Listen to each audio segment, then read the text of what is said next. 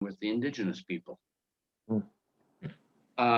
Pierreck has been serving in the Canadian Armed Forces Reserves for 6 years. He served here in Quebec during the floods in 2017, and in this year with the pandemic, he was involved in Operation Laser. With that, Pierreck, I welcome you to the club to speak to us, and I'll give you the floor now. Thank you very much. Can everybody hear me? You look good. Yep. Yeah. Great, great. It's good seeing you all. It's a very pleasant surprise on my part because I was expecting, less international visitors, and that is a very pleasant surprise. So thank you for the introduction. I will come back to what you said about working with Indigenous people, and I will come back in the third part of my presentation. And it is a huge issue, and we will be talking about it. Just a few announcements before I begin. As you know, we will be talking about Mali today. I'm not aware if you've been told what the subject was, but what I will be discussing with you is Mali's crisis, our work in Mali, and the efforts toward peace. So what are these 5 announcements? First, it's going to be an overview. Obviously, we're not going to go in depth, and this is a subject that may require in-depth analysis. So I'm asking for your understanding and your forgiveness in advance. We will be doing a surface analysis. You will be welcome to send me questions afterwards. We can discuss this further. The second announcement is I did graduate from McGill Law, but most of my work since has been in French and very technical French jargon because in West Africa, most of the country's official language is French. That is the language of the state, obviously, not people's language. So you will have to pardon me if I make mistakes and if you see spelling mistakes in the PowerPoint, and as well for me not being able to fully express sometimes my ideas. Third announcement, although we work in all the world, and right now we have projects in more than 20 different countries, my particular area of expertise is Mali. That's where I deployed. That's what I've been working on ever since. I've been doing these kind of presentations in various institutions, université, cégep, think tanks, and so on and so forth. So Mali is my area of expertise. You could say West Africa, pretty comfortable with. If you have questions about our programs in Colombia or other countries, you're welcome to ask, but I may not have the answer, and I will do my best to answer anyway. Fourth announcement, I'll be using a visual support, so I'll be using a PowerPoint. So what I advise that you guys do is go into full screen, if that's possible with you. You can close the chat, and then you can expand your screen as much as you can. And the fifth announcement is, while I do these presentations, I usually love interactions. I love asking questions. I love seeing people's reactions. So please, if you have questions, if you have reactions, you are welcome to jump in. Just stop me, just turn on your mic and ask the question, or stop me. Pierreck, there's this word, I'm not sure what you meant, not clear for me, or actually I have this to contribute to the discussion. Please do so. So with these 5 announcements done, I have a couple questions for you before we start, because I love to know my public. Just before you start, Pierreck, I'm just going to butt in here for a second. Sure. Just for everybody who has questions, bear in mind that everybody has been muted, and you can unmute yourself to ask a question, or simply just press your space bar and you can speak for a couple of seconds, and that'll do it. And for you, those of you on phones, I believe *6 will be the thing that you want to do that.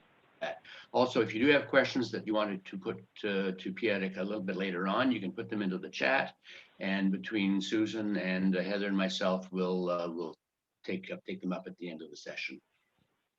Okay, go ahead, sir. Yeah. And these questions won't require you to unmute. Actually, I just want to see, by you raising your hands, has anyone ever been to Mali? And I'm in gallery view, so I can see. So Nicholas has. Anybody else? Check. Yes, I see second hand. Just give me a second. Malcolm, you've been to. Can you guys just speak a couple seconds about what you've been doing over there, if it was a long-term mission or short-term? Yeah, so actually, I currently manage a USAID-funded girls' education program in Mali. So we're currently operating in Mopti and Kai regions in 247 schools to enroll and re-enroll girls into primary schools, as well as operating accelerated schooling centers in both of those regions.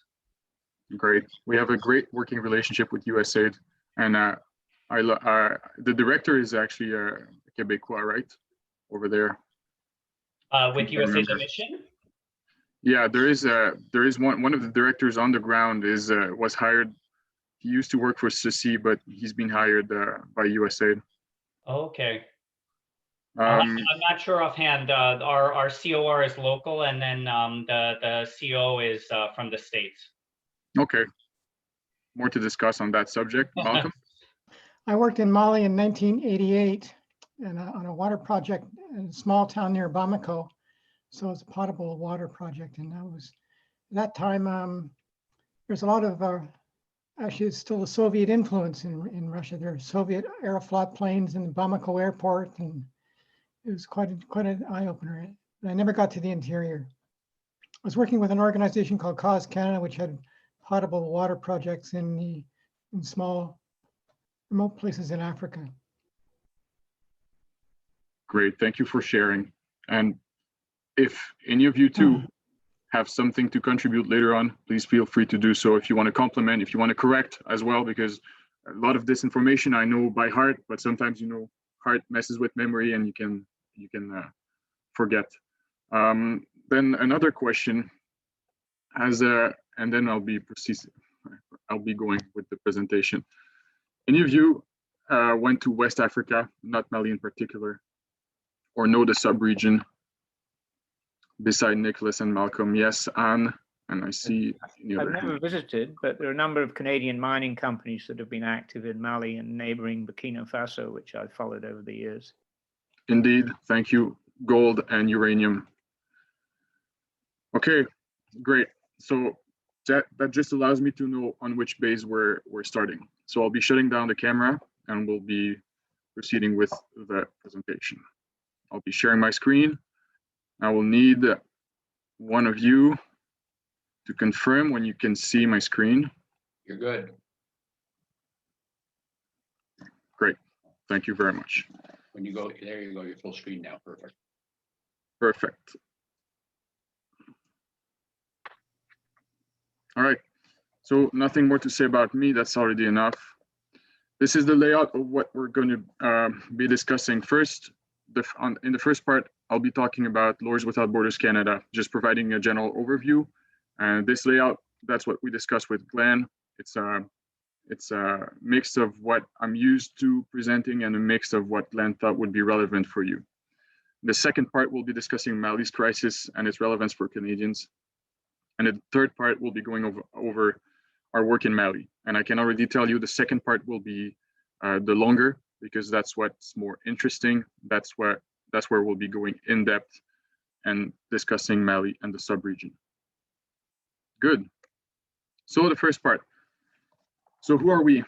Any of you has heard about Lawyers Without Borders Canada before? You can see some heads nodding. Yes. I assume, Nicholas, when you were talking about Lawyers Without Borders and the child trafficking projects, that you have heard about Lawyers Without Borders Canada. But for the benefit of all, I will say this. We're not the equivalent of Médecins Sans Frontières or Reporters Without Borders. We are a project-based international NGO, which means that we work based on donors' funding and we manage long-term projects, mid to long-term projects. So typically we don't deploy people on spontaneous occasions. We do it in the cadre of long-term projects. But let me go over the official definition. So we're an international NGO. We're based in Quebec City. We operate from Canada. And our mission is to support the defense of the human rights of people in situations of vulnerability. And we do so both by strengthening access to justice, as well as legal representation. And when I say that we are Lawyers Without Borders Canada, the Canada part is important because the first NGO that was called Lawyers Without Borders or Avocats Sans Frontières was created in Belgium in the 90s. And shortly after, the French version emerged. And from there, a couple other Lawyers Without Borders NGOs emerged, but we are Avocats Sans Frontières Canada, not to be confused with any others. So as I said, we're project-based, and our focus is reinforcing capacity of local partners. So we do capacity strengthening, and our areas of expertise are strategic litigation, legal aid, and we do advocacy and citizen participation. In French, we call this plaidoyer. It's a mix of judicial processes, but also strategic communication. We've been active in various countries, Latin America, Africa. Our first country was Colombia 20 years ago. And we always work closely in partnership with human rights lawyers and rights defense organizations on the ground. In Mali, and I'll be going over this later, in Mali, we've been there for 8 years now. What else should I say that is sometimes that I take for account? Yeah, I said we're based from Quebec City, right? I said that. We also have 6 different offices. Although we operate in 20 countries, we have 6 permanent offices. One of them is in Bogota, another one is in Port-au-Prince. We have a permanent office in Bamako, Mali, obviously, but also in a couple other Latin American countries. Those are our 6 core values, and I won't be going over them in details. The one thing I will say, I will direct your attention on the one on the right side of your screen. If your screen is like mine, you may have the little Zoom screen that's hiding it, but it's independence. Independence is hugely important for us because we are a donor-based NGO, right? We depend on the funding. Most of our funding right now is from Global Affairs Canada. We do have private funding as well. We have received funding from the European Union, from embassies of other countries as well, for particular projects. But independence is a hugely important value for us. And the way we see it, do we have lawyers in the group? I assume we have lawyers or retired lawyers.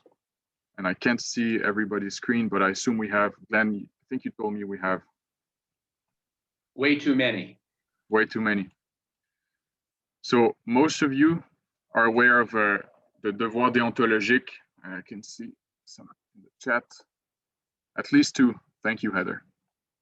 So the way we see this duty of independence is when we strive to improve access to justice, we usually do so by protecting the right to legal representation, that is a fair trial, or by supporting the fight against impunity. So we may find ourselves on the side of victims, but sometimes we also will be on the side of defense or even the prosecution. So the principal criteria for our involvement is vulnerability. And just as lawyers are bound by ethical duties, and as a member of the Quebec Bar, so am I, well, just as we are bound by ethical duties, that's how Lawyers Without Borders see our duty of independence. We apply it to our own relationships and to all our activities. So we try to avoid being equated with the beneficiaries of our actions or with their cause. So we don't speak for anybody else than ourselves, and we are not bound by the wishes or the positions of any third party. That is hugely important for us. Okay, right. Principles of action, and that's after that will be done for the theory part, and we'll delve into the more concrete part. I won't go over all our principles of action, but over all the organizations that I've worked for or worked with, Avocats Sans Frontières Canada is special. We are, and I'm not sure it's the right word in English for this, but unrelinquishing, uncompromising on this. We do everything on a need-based and stakeholder-driven approach. So we will never get into a country if we're not asked to by a local partner before. We do not decide by ourselves what the needs are. We do not decide by ourselves what the priorities are. We do this with subsidiarity and complementarity. And subsidiarity, the way we see it is our added value, our area of expertise is international law. So we help local actors bring in this international law standards into their work and using these tools in order to foster the change that they prioritize based on their own needs. So all of our projects are developed and implemented with at least one local partners. And when I say a local partner, what I mean is it can be groups of human rights lawyers. It can be, some of these countries do not have bar associations. So lawyers will federate themselves based on political affiliation or temporary shared interests. It can also be civil society organizations, government agencies, victim associations, but we will always develop the project with them. So just to make it clear, so we don't defend human rights in the countries in which we operate. Our mission is to increase the capability of our partners to defend human rights. And that's, I think, how we differ from Doctors Without Borders or Reporters Without Borders. And I actually put, examples here. I have a good example for the subsidiarity principle of action, because it's always, that's all theoretical, but I want you to understand how we make these principles, how we turn them into life. On the bottom left of the screen, you can see the mapping here.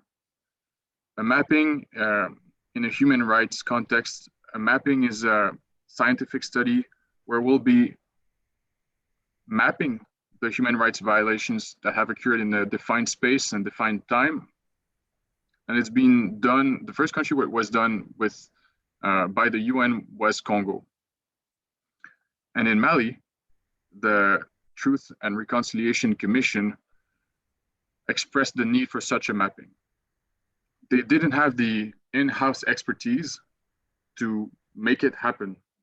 So they asked for, that's one of the needs that they expressed when they reached out to us. And in the course of doing that mapping, over 120 students, professors, consultants from Canada worked on it. Most of them are based in Université Laval, some others in McGill as well. And it was a huge Canadian public engagement work. And I'm seeing chats, please. If there's anything in the chat, how do you select projects? Okay. Do you mind if I note that question and we come back to it after, because it's that will require a long answer. Selection. If I forget, please remind me. So the mapping was all done. It was all printed, 200 pages long, and we proudly gave it to the Truth and Reconciliation Commission. The Canadian Embassy was involved. Everybody was there. The UN was there. And what did the CVJR decide to do? They decided to keep it confidential. They decided not to share it, not to publish it. But as many of you know, when the project is based on funds given by donors, we have objectives to reach. One of our objectives was the dissemination of that product. We had hoped to publish 1,000 different versions and share them. So we were faced with a dilemma because our partner wanted to not share the product. So what did we do? Did we try to convince the CVJR that it was not that confidential, that the need that they felt to keep it private was unjustified? Of course not. We went back to the donor. We convinced Global Affairs Canada to wait, and we explained that the CVJR felt that the information contained in that mapping was so sensitive that it should remain confidential. And in the course of the last 2 years, the UN has asked, at least 3 different UN organizations have asked for that mapping. The MINUSMA, which is the UN mission in Mali, has asked for this. UNICEF has asked for it. The international investigation team that was dispatched to Mali has asked for this. And the CVJR always said no. And we respect that. Same goes for public hearings. but we'll be talking about it later because I see that time is flying.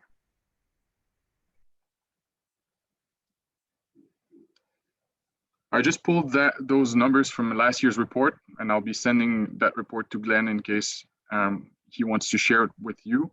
But just to give you a rough idea, last year we were roughly 100 employees, significantly more women than men. I am sort of the exception here in Quebec City, and the same goes for our various countries of intervention.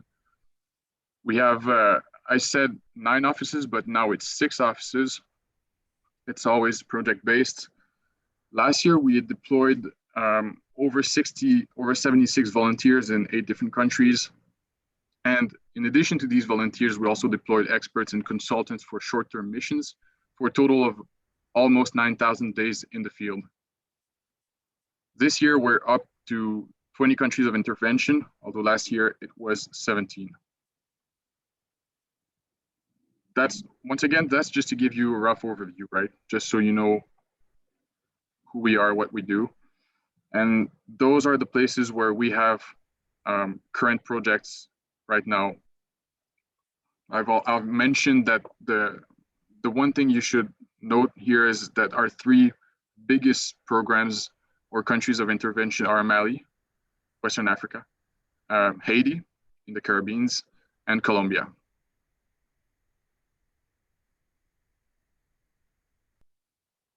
So that's pretty much for the overview.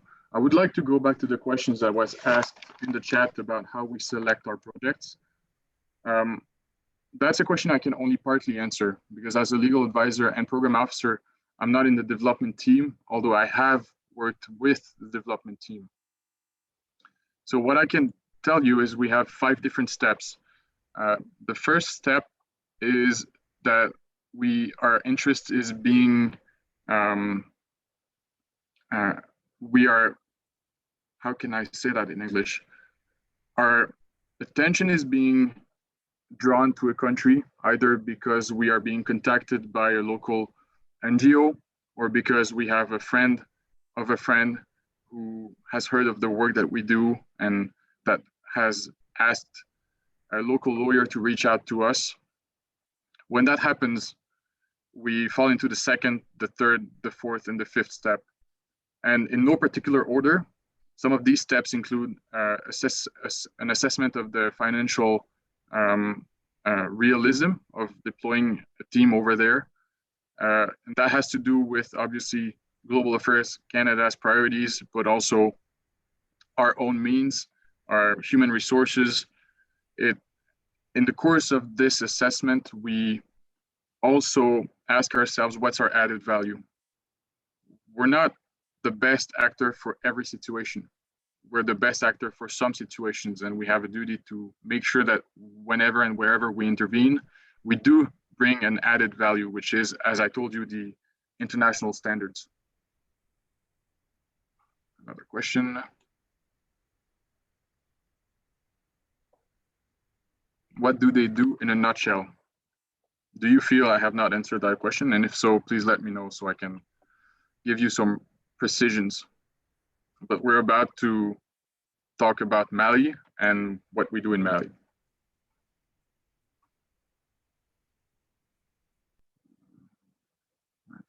Yes, human rights can have different definitions depending on culture and religion. Absolutely, that's the very first thing that we usually discuss in university. When every human rights lawyer begins their career, they're confronted to this vision. Are human rights universal, yes or no? And obviously the answer is no. Human rights have a universal aspiration, but their interpretation varies depending on countries. So thank you for that. You and Denise noticed that we have projects in France, Netherlands, and the United States.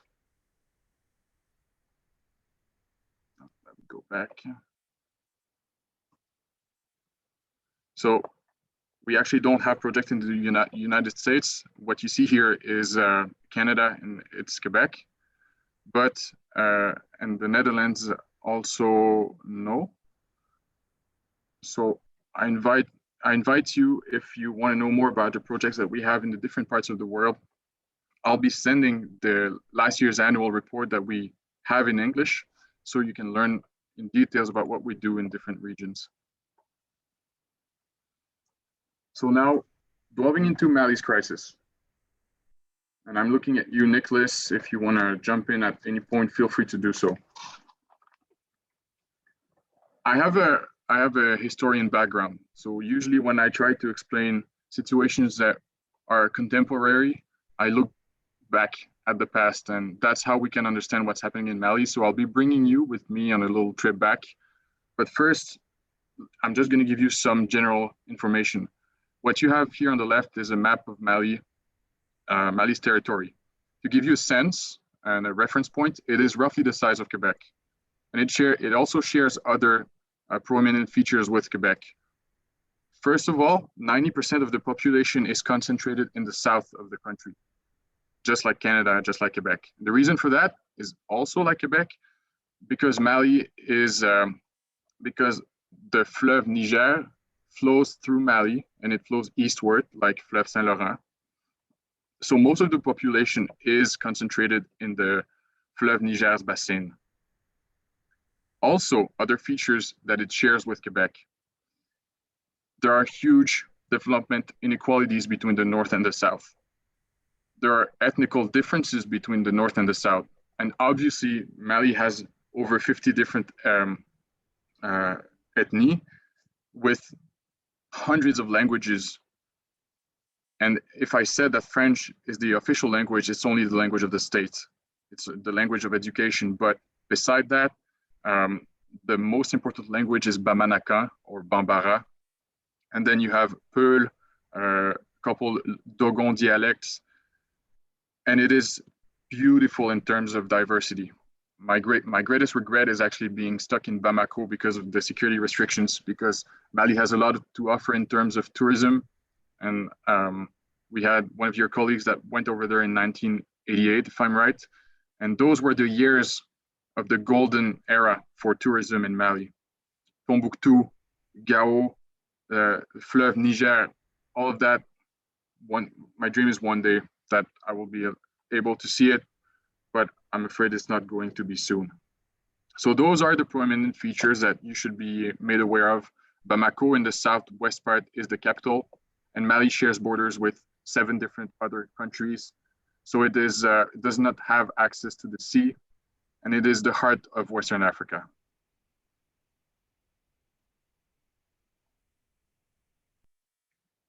Now, some important issues to be mentioned about today's Mali are that it's ranked in the 5 least developed countries in the world, unfortunately. Religion plays and has always played a huge role in the socio-economical fabric of Mali's society. But in the last years, it increasingly plays a huge role in politics as well. I've spoken about regional inequalities, but what should be noted is that the northern part, which I said has less than 10% of the population, is also unfortunately deprived of most access to education, health services, communication ways, and most of the citizens in the north feel like they are citoyens de seconde zone, second zone citizens. Mali is a secular republic, contrary to Mauritania, which means that in theory, religion does not play a role in politics, but it increasingly does. And 3 other factors: there are military missions happening in Mali right now. Most of you have heard that we deployed 250 brothers and sisters in arms over there in 2018. MINUSMA right now has over 17,000 personnel on the ground, most of them military. Then there is a force Barkhane. MINUSMA is the UN force. Barkhane is the French force, which also has a couple thousand soldiers on the ground. Barkhane has a much more offensive mandate. So they have rules of engagement that are much more liberal than MINUSMA. And then there is the G5 Sahel, which is a regional force led by 5 regional countries, including Chad, Mali, Burkina Faso. So those are the things to keep in mind. And now let's go back a little bit. Anybody here feels comfortable telling me in the chat when they think Mali became independent?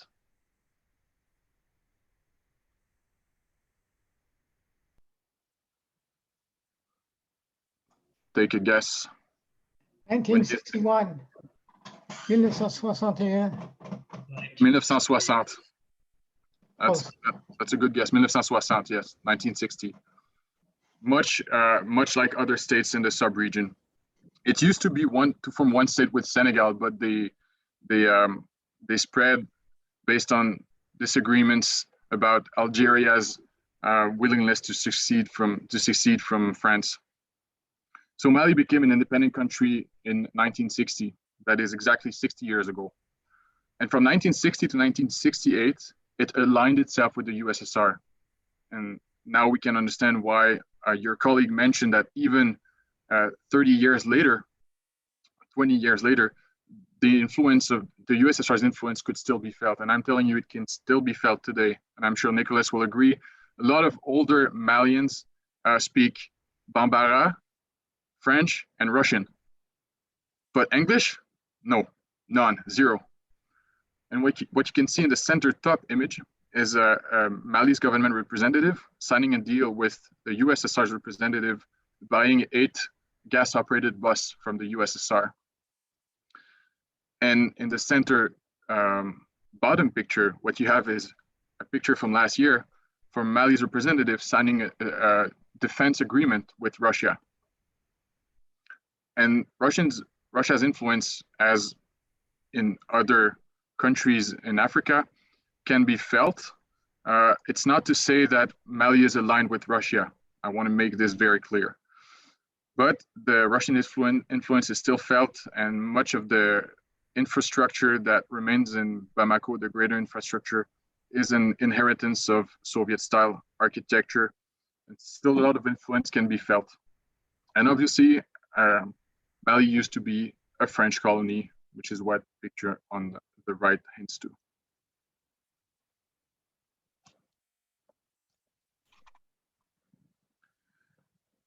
There is a strange symmetrical aspect to the fact that in its 60 years of independence, Mali has suffered 4 coups d'etat and 4 armed rebellions. And we'll go, just to mention the 4 coups d'etat, the last one was 2 months ago. The first one was in 1968. And you have here on the left side, Moussa Traoré, which was deposed in 1968. The second one was in 1991. The third one was in 2012. That's the picture on the right. And the last one, the bottom picture, was the 18th of August of this year. One thing you will note is that behind almost every of these coups d'etat was the army. We'll go over this later, but that's one thing to remember. And Mali has also faced 4 armed rebellions in its 60 years of existence, always coming from the north. And that's when the development inequalities, which I mentioned earlier, come into play. The north has always, in one form or another, revendicated more political and economical autonomy. The north is inhabited by the Tuareg and the Arabs. And the Tuareg, and that's where probably my English will be a problem, but the Tuareg are a nomad people which has for centuries roamed in Sahara freely. Only after colonization were borders imposed on them. But the Tuaregs of northern Mali have led 4 armed rebellions in the last 60 years. What you can see, the flag that you can see here is the flag of Azawad. And Azawad, going back to the map here, Azawad is the part of the northern part of the country. Can I make a pointer? Yes. All right. Can you guys see my pointer? Great. So Azawad roughly is half of the territory, almost 2/3. And that's the area of the country that is inhabited by ethnic Tuaregs and Arabs. So Now that we understand that the country has suffered cyclical violence, we can better understand what's happened since 2012 and why were Canadian soldiers sent in Mali. In 2012, for the first time in the country's history, there was an armed rebellion, but with not only political objectives, but also religious ones. So the North rose with the ambition of seceding from the Malian Federation. But for the first time, it didn't rise alone. It allied itself with religiously motivated armed groups, that is, jihadist armed groups. And together, in a matter of months, they conquered the 2/3 of the territory. They reached the center of the country where it's narrower. That's where they stopped. And during that time, 2/3 of the territory was occupied by these armed groups. Tombouctou fell under the control of the terrorist armed group Ansardine. Gao was administered first by the MNLA, which is a politically motivated armed group. And then there was a fight between MNLA and the jihadists. And the jihadists won and got control over Gao. And Kidal, another big city in the north, where the rebellion started, Kidal was then conquered by the terrorist armed groups from the politically motivated armed groups. During that occupation, there were systematic attacks against civilians and in particular women. We're talking torture, destruction of cultural patrimony, rape, forced marriages, forced divorces as well, sexual slavery. Anybody here knows what a forced divorce is and why it would take place during occupation?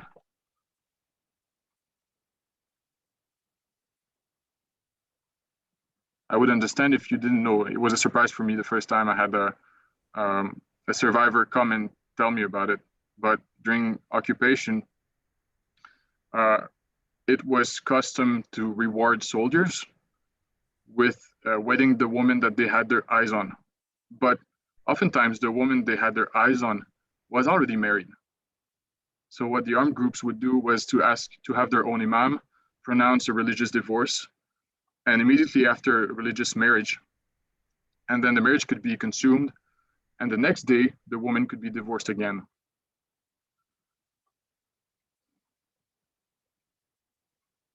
Now, why does all of that matter for Canada? And before I answer the question for you, I want you to think for a couple of seconds and to give me reasons in chat why you think the situation should matter or should not matter for Canadians.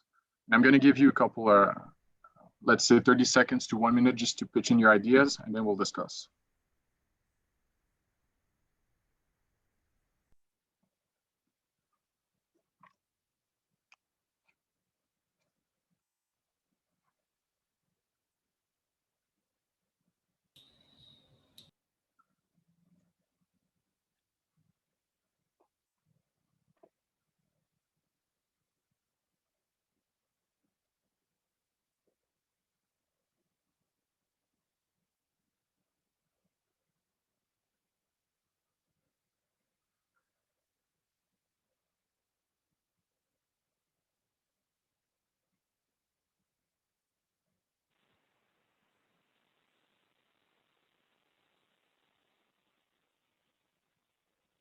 Hello, can you hear me? Yes. Okay.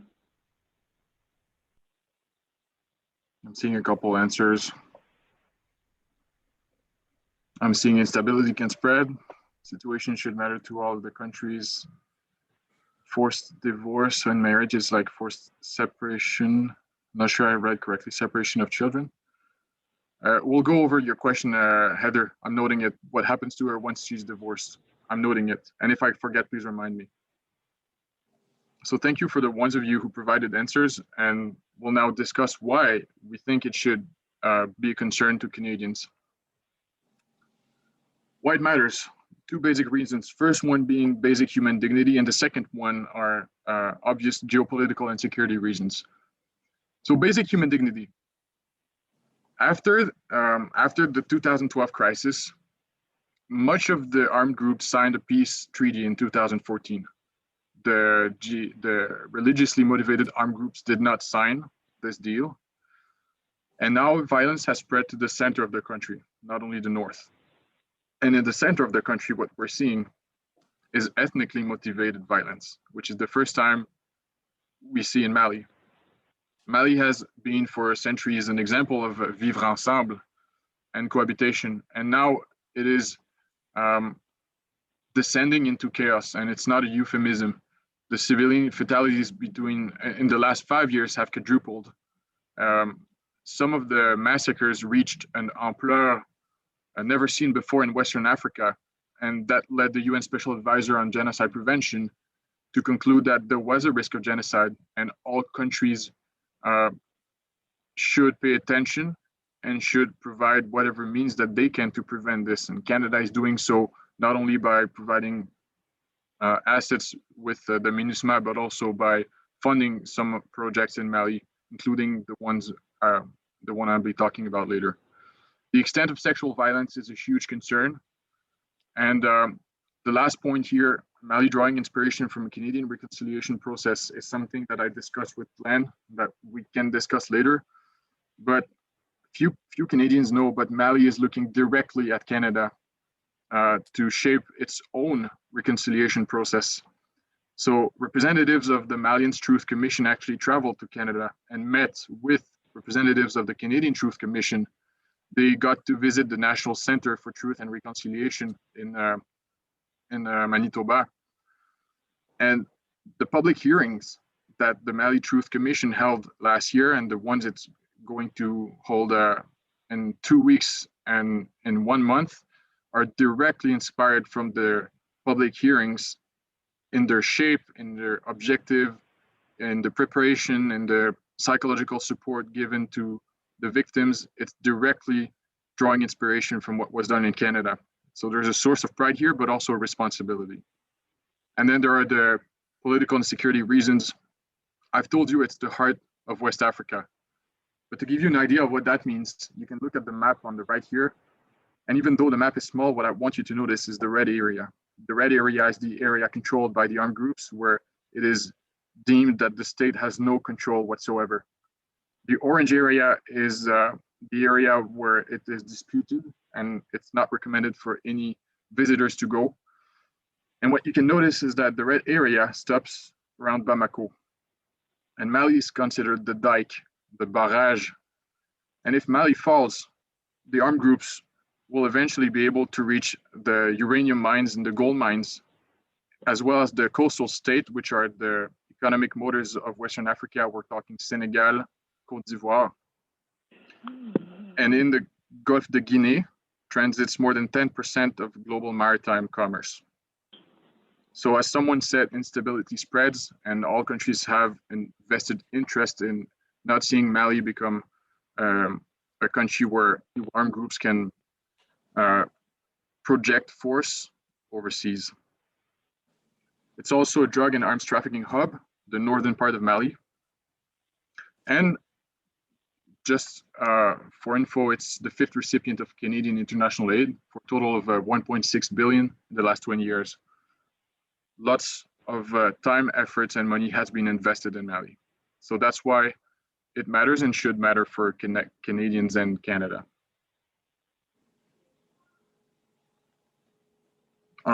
Yeah, I'll skip over that. That's just a map that I used over my desk. That was pre-COVID. Obviously, I don't have access to that map anymore. But that's a map where I kept track of every massacre that happened in 2020 alone, that involved more than a certain number of people killed, unfortunately. And what I want you to notice is how violence is now spreading in the center of the country, closer to Bamako.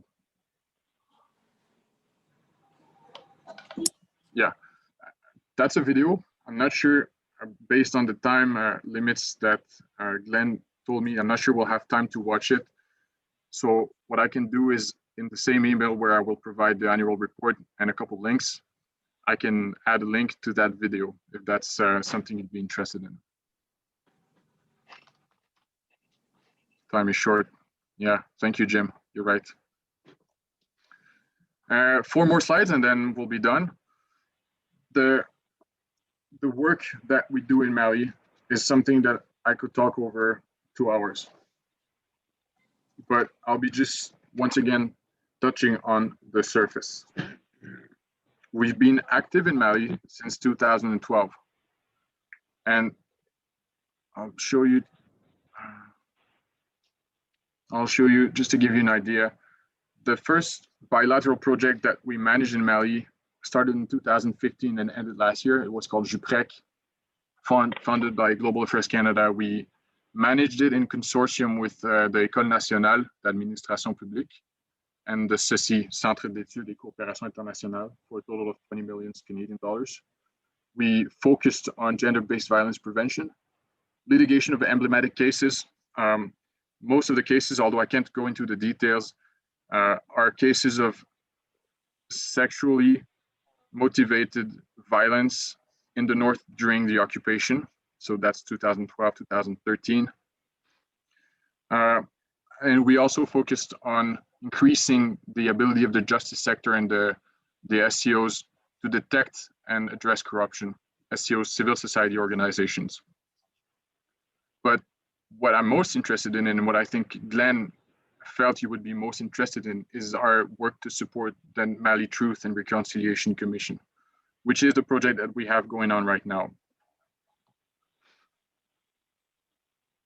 I mean, I should have asked if any of you worked with the Canadian Truth and Reconciliation Commission from de près ou de loin, but I assume if you did work on these efforts, and if you are working on reconciliation efforts, please leave a message in the chat.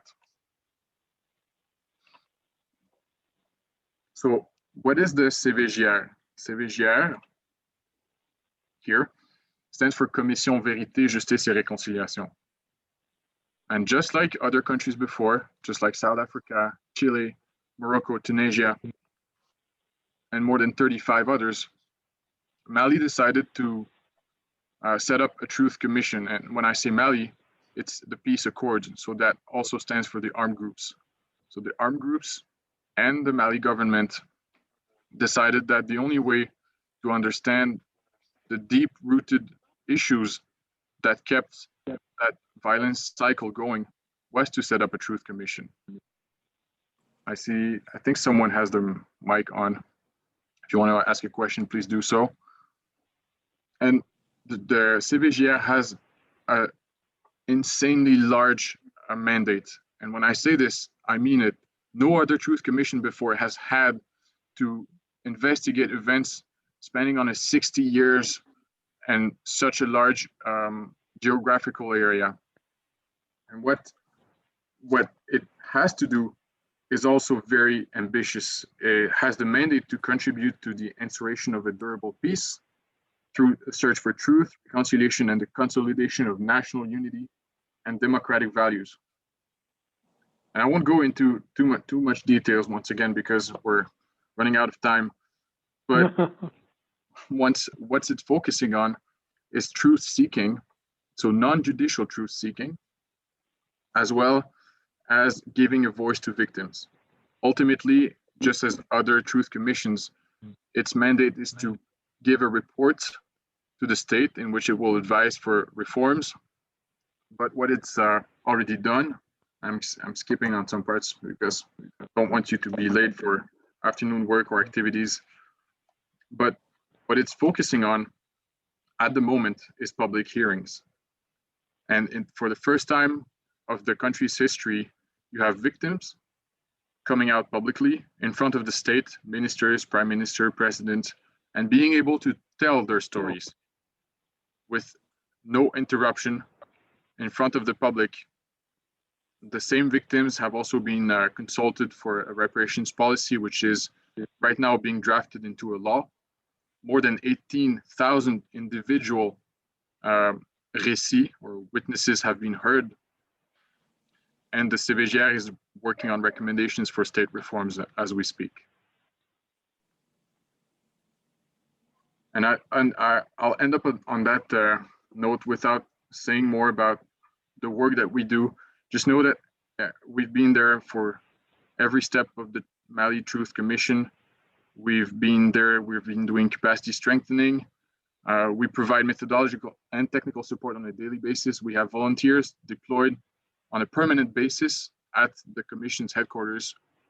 We have also organized exchanges between Colombia and Mali, Canada and Mali, and South Africa and Mali, where good practices have been exchanged. And what you can see on the bottom right part of the picture is actually Malians in Canada at the National Center for Truth and Reconciliation. And from that exchange, I've told you the shape of public hearings was formed, but also the Mali's Commission decided to consult more with the victims' associations and understood the importance to include civil society in its work. And that's not something that it was doing prior to that. So I haven't had time to check the chat, but I think there's probably Jim telling me I should finish right now. Yeah.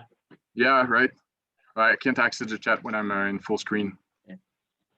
So I'll just say this for a conclusion. There are links between Canada and Mali that we don't suspect, and I think the more interesting one is the fact that our reconciliation process is inspiring what is happening in Mali.